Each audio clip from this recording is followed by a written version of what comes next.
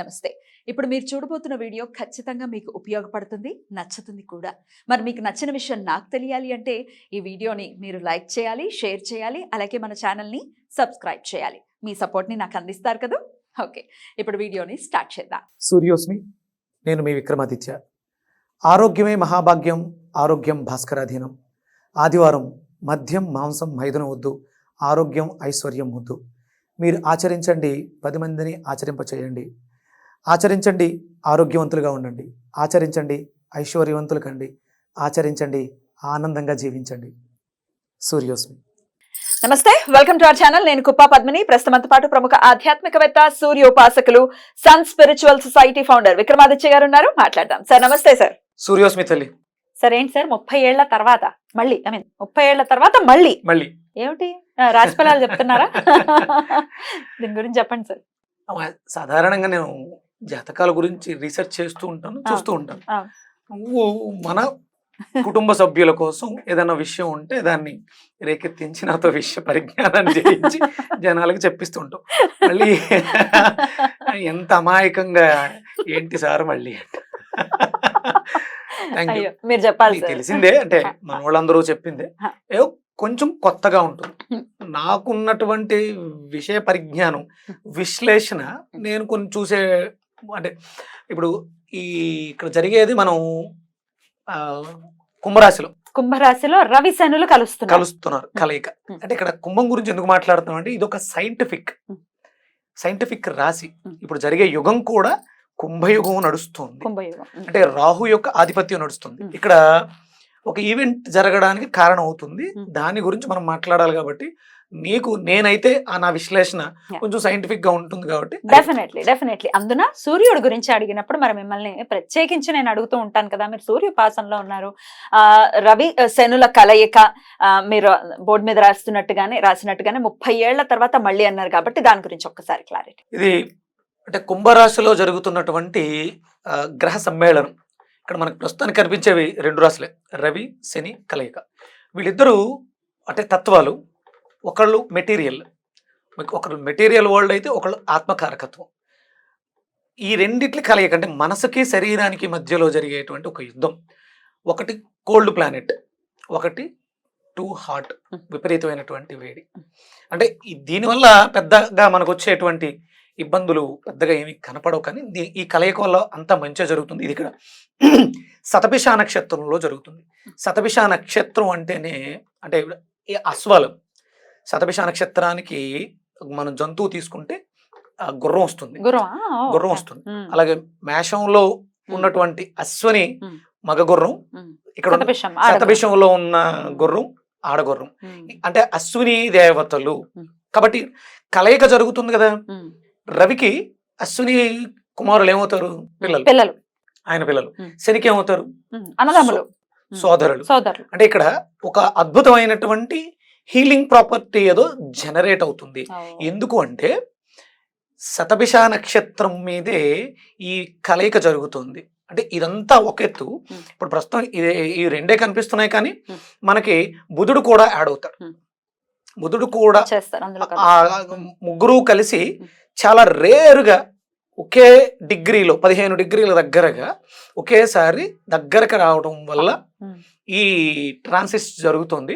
దీని ప్రభావం మన మీద ఉండబోతుంది. అంటే గ్రహాలు వాటి తాలూకు ఇన్ఫ్లుయెన్స్, గ్రావిటీ. అంటే ఇక్కడ మనం 12 రాసులు తీసుకున్నాం, నక్షత్రాలు తీసుకున్నాం. ఈ నక్షత్రాల ప్రభావం మన శరీరంలో, అంటే వెజిటేబుల్ థెరపీతో మనం ఉన్నాం కాబట్టి బుధుడు దేనికి కారకుడు? బుద్ధి కారకుడు. మనకి కన్యా రాశి, మిథున రాశి. మిథునం మనం గోరుచిక్కులు చెప్తాం, ఇక్కడ నరాలకు సంబంధించిన వ్యవస్థ. ఇక్కడ కన్యా రాశి లివర్కి సంబంధించినటువంటి సమస్యలు. అలాగే పంచమం అంటే ఇక్కడ జరిగే యుద్ధం ఎవరికి? రవికి శనికి. అంటే పూర్తిగా తూర్పు పడమర పరిస్థితులు, ఎదురెదురుగా ఉండేటువంటి ఇబ్బందికరమైనటువంటి పరిస్థితులు. అంటే శాస్త్రం ఎందుకు బద్ధ శత్రువులుగా మనం పదాన్ని వాడుతున్నా దాని ప్రభావం ఎంతో కొంత ఉంటుంది. ఇప్పుడు చూడండి, మనకి రాములు వారు జన్మ తీసుకున్నప్పుడు ఆ 30 రోజులు ఆయన చూడడానికి వచ్చేస్తే రాత్రి పగలు ఏకమైపోయింది. అంటే ఇలాంటి పరిస్థితులు ఏవో జరగబోతాయి. ఇది 30 ఏళ్ల క్రితం జరిగింది. అంటే ప్రతి 30 ఏళ్లకు ఒకసారి మాత్రమే జరుగుతూ ఉంటుంది. అలా ఎలా? ఒక్కసారి దాని గురించి ఇంకొంచెం వివరంగా. 30 ఏళ్లకు ఒక్కసారి మాత్రమే రవిశనులు కలుస్తారనా ఎలాగా? ఇప్పుడు శనేశ్వర్ల వారు ప్రతి దాంట్లోనూ నడక 2.5 ఏళ్ళు ఉంటుంది. ఒకసారి తిరిగి రావడానికి ఎంత పడుతుంది? 30 ఏళ్ళు పడుతుంది. అలాగే ఈయన ప్రతి నెలలోనూ మారుతూనే ఉంటారు. కానీ కుంభరాశిలో ఈయనకు మళ్ళీ కలవడానికి 30 ఇయర్స్ పడుతుంది. అంటే ఒక 30 ఏళ్ల క్రితం జరిగింది, ఇప్పుడు మళ్ళీ జరుగుతుంది. పెద్ద రెవల్యూషన్ థింగ్ ఇది డెఫినెట్ గా. అంటే రేర్ కాంబినేషన్. అద్భుతం సార్. 30 ఏళ్ల తర్వాత మళ్ళీ మరి రవిశనులు కుంభరాశి అంటేనే సహజ లాభస్థానం. ఇప్పుడు సైంటిఫిక్ గా, అంటే ఇప్పుడు అంతా నడిచేదంతా కంప్యూటర్ యుగం, సైన్స్ మీద నడుస్తుంది కాబట్టి ఈ రెవల్యూషన్ అంటే సాఫ్ట్వేర్ కంపెనీల మీద కావచ్చు, ఇప్పుడు ఐటీ రంగాలు కావచ్చు, లాభాల మీద కావచ్చు, అంటే మనం చేసే వ్యాపారాల్లో వచ్చే లాభాల మీద కావచ్చు. అలాగే ఇక్కడ జరుగుతున్నటువంటి గ్రహాలు శని, రవి, అలాగే రాబోతున్నటువంటి బుధుడు. వీటికి ప్రాతినిధ్యం ఏమొస్తాయి? రవి ప్రాతినిధ్యం పంచమ స్థానం. అంటే ఇక్కడ పంచమం అంటే పుత్రస్థానం, ప్రేమ, ఎడ్యుకేషన్, ఇవన్నీ కూడా ఉంటాయి. దీని మీద ప్రభావం ఉంటుంది. అలాగే తృతీయ స్థానం విక్రమస్థానం. అలాగే ఇది నరాలకు సంబంధించినటువంటి వ్యవస్థ. బుధుడు బుద్ధికారకుడు. ఇక్కడ 6 కన్య రోగస్థానం.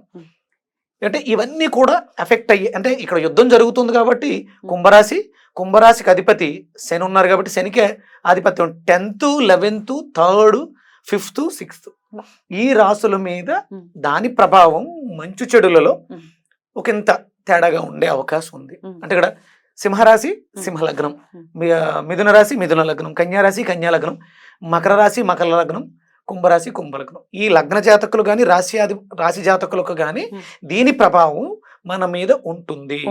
వాటి గురించి ఇంకో వివరంగా మనం ద్వాదశ రాశులకి కూడా చెప్పుకుందాం సార్. ఎందుకంటే డెఫినెట్ గా ఎక్స్ట్రా లుక్స్ ఉంటాయి ఈ గ్రహాలకి. ఎలా ఉంటుంది ఈ కంజంక్షన్ అనేది ద్వాదశ రాశులకి చెప్పండి. వీటి గురించి ఇంకా ప్రత్యేకంగా ఎలాగో మన ఆర్డర్ లో చెప్పారు. ఇక్కడ మనం హీలింగ్ అన్నాం. అంటే ఇక్కడ శతభిష నక్షత్రం మీద జరుగుతుంది కాబట్టి అక్కడ ఉన్నటువంటి ఆధిపత్యం అశ్వనీది కాబట్టి హీలింగ్ 100 గుర్రాల శక్తి. అంత హీలింగ్ ఏదో జరగబోతుంది. మార్పులు సంభవిస్తాయి ప్రకృతిలోను, అలాగే వ్యవస్థలో ఉన్నటువంటి వ్యక్తుల మీద కూడా దీని ప్రభావం ఉంటుంది. ఎవరు భయపడక్కర్లేదు.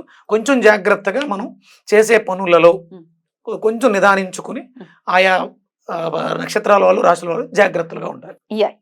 ఇది ఇప్పుడు ఈ కంజక్షన్ ఇంతలా జరుగుతుంది. ఇక్కడ రవిశనుల కలయిక ఒకటే జరుగుతుంది. అనుకోకుండా ఇక్కడ మనకి బుధుడు కూడా చేరుతున్నాడు. అంటే ఇప్పుడు ఇద్దరు ఎప్పుడు మనకి ఈ ఈవెంట్ 28వ తారీఖు ఫిబ్రవరి 28వ తారీఖు 3 గ్రహాలు కలిసి 15 డిగ్రీలు శతభిష నక్షత్రం మీద ఒకే లైన్ మీదకి రాబోతున్నారు. ఇక్కడ ఆ ప్రభావం బుధుడు మీద అత్యధికంగా ఉంటుంది. అందుకని చాలా జాగ్రత్తగా మనం తీసుకునే నిర్ణయాలు కావచ్చు. మనకి అంటే ఆ 15 డిగ్రీలు శతభిష నక్షత్రం 15 డిగ్రీల మీద 3 నక్షత్రాలు రావడం అనేది మళ్ళీ జరగదు. 3 గ్రహాలు రావటం అనేది ఆ నక్షత్రం మీద అన్ని దగ్గర డిగ్రీలు, అంటే అతి దగ్గరగా వస్తున్నారు. ఉంటాయి, కలయిక ఉంటుంది కానీ దూరంగా ఉంటే అంత ఎక్కువ ఎఫెక్ట్ ఉండదు. ఇది పెక్యులర్ కాంబినేషన్. రైట్. ఇంకాస్త వివరణాత్మకంగా ఇప్పుడు ఉంటుంది. ద్వాదశ రాశులకి కూడా ఎలాంటి ఫలితాలు ఉంటాయో ఇప్పుడు చూద్దాం. ఇక తులారాశి వారికి ఈ పెక్యులర్ పీరియడ్ ఎలా ఉండబోతోంది సార్? ఈ తులారాశి వాళ్ళకి ఎఫెక్ట్ మనం వెనకాల చూసుకుంటే 12వ స్థానం అవుతుంది, వ్యయ స్థానం అవుతుంది. ఇక్కడ నుంచి తీసుకుంటే 1, 2, 3, 4 చతుర్థం, అలాగే పంచమం, 6, 7, 8, 9 భాగ్యస్థానం, అలాగే మనం చెప్పుకున్నాం 12వ స్థానం. అంటే తులా వాళ్ళకి 4, 5, 9, 12 యాక్టివ్ అవుతున్నాయి. చాలా జాగ్రత్తగా కేర్ఫుల్గా ఉండాల్సింది. ఎందుకంటే వ్యయస్థానంలో కేతు ఉన్నాడు. కేతువుని మనం మోక్షకారకుడిగా చూసుకుంటూ ఉంటాం కాబట్టి, అలాగే బుధుడు ఎఫెక్ట్, బుధుడు పాలిస్తున్నాడు కాబట్టి ఆయన ఇబ్బంది పడుతున్నాడు కాబట్టి ఖర్చుల విషయంలో మనల్ని ఇబ్బంది పెట్టే పరిస్థితులు అధికంగా ఉంటాయి. అస్తవ్యస్తంగా ఉంటుంది, మానసికంగా చాలా ఇబ్బందిగా ఉంటుంది, మనసు చంచలంగా ఉంటుంది. దేవుడు ఉన్నాడా లేడా అంటే కేతువు కదా మోక్షస్థానంలో ఉన్నాడు. అయితే అతిగా చింతన ఎక్కువైపోతుంది, వైరాగ్య చింతన తీసుకొచ్చేసే పరిస్థితులు అధికంగా ఉంటాయి. ఇక్కడ చతుర్థం కూడా ఇబ్బంది పెడుతుంది. అంటే తల్లి స్థానం శని ఎఫెక్ట్, అంటే తల్లి స్థానం, కంఫర్ట్స్, డొమెస్టిక్ లైఫ్ వీటిలో వచ్చే ఇబ్బందులు ఉంటాయి. పంచమం అలాగే ప్రేమ వీటి మీద ఇబ్బందులు వచ్చే అవకాశం, పిల్లలు, డొమెస్టిక్ లైఫ్ ఇవన్నీ కూడా ఎఫెక్ట్ అవుతాయి. Mm. సడన్ ఈవెంట్స్, అదృష్టం, 5th అంటే అదృష్టం కూడా, అదృష్టం ఆల్ ఆఫ్ సడన్ అంటే మనం ఏదైనా వస్తుంది అదృష్టంగా అనుకున్నవి మన చేతికి అందకపోవచ్చు, దాని ఎఫెక్ట్ అధికంగా ఉంటుంది. అలాగే 9th భాగ్యస్థానం, పూర్వపుణ్యస్థానం కాబట్టి ఈ భాగ్యంలో ఏదైనా ఇబ్బందులు వచ్చే అవకాశం. అందుకని మనం చాలా కేర్ఫుల్గా తులారాశి వాళ్ళు, సహజ తులారాశి వాళ్ళు, దీనికి అధిపతి శుక్రుడు, ఆయన మనకి ఎక్కడున్నాడు, అక్కడే చతుర్థంలోనే ఉన్నాడు. అవును. లగ్నాధిపతి చతుర్థంలో ఉన్నాడు. అంటే ఈ చతుర్థంలో కంఫర్ట్స్ ఇప్పటి వరకు బాగుండొచ్చు. సహజంగానే శుక్రుడికి శని మిత్రుడే కాబట్టి ఆ ఎఫెక్ట్ లేదు. ఇక్కడ ఉన్నవాళ్ళు కూడా మిత్రులే. ఒక బుధుడికి కుజుడికి పడదు కానీ శుక్రుడికి కంఫర్ట్ గానే ఉంది. కానీ అది ఇక్కడ బుధుడు ఉండడం వల్ల, ఈ బుధుడు ఈ మనకు వ్యయాధిపతి అవ్వడం వల్ల, అంటే మనం ఇక్కడికి వెళ్ళిపోతున్నాడు కంజెషన్ లో, దాని ఎఫెక్ట్ కొంత తగ్గిన ఇబ్బంది పడే అవకాశం, చతుర్థం ఇబ్బంది పడే అవకాశం ఉంది. కొంచెం కేర్ఫుల్ గా జాగ్రత్తగా ఉండడం చాలా మంచిది. రైట్. ఇక వెజిటబుల్ థెరపీలో భాగంగా ఎట్లా, ఏ వెజిటబుల్స్? ఇక మనం సహజంగా చెప్పుకునేది ఇక్కడ మనం బుధుడు గురించే మాట్లాడుతున్నాం కాబట్టి దొండకాయ, పొట్లకాయ, సారీ గోరుచిక్కుళ్ళు. ఇక్కడ మనం చతుర్థం నిమ్మకాయని తీసుకుంటున్నాం. ఈ కాంబినేషన్ అనేది అందరికీ సహజంగా, ఎందుకంటే శని బుధుల కాంబినేషన్ లో తీసుకున్నాం.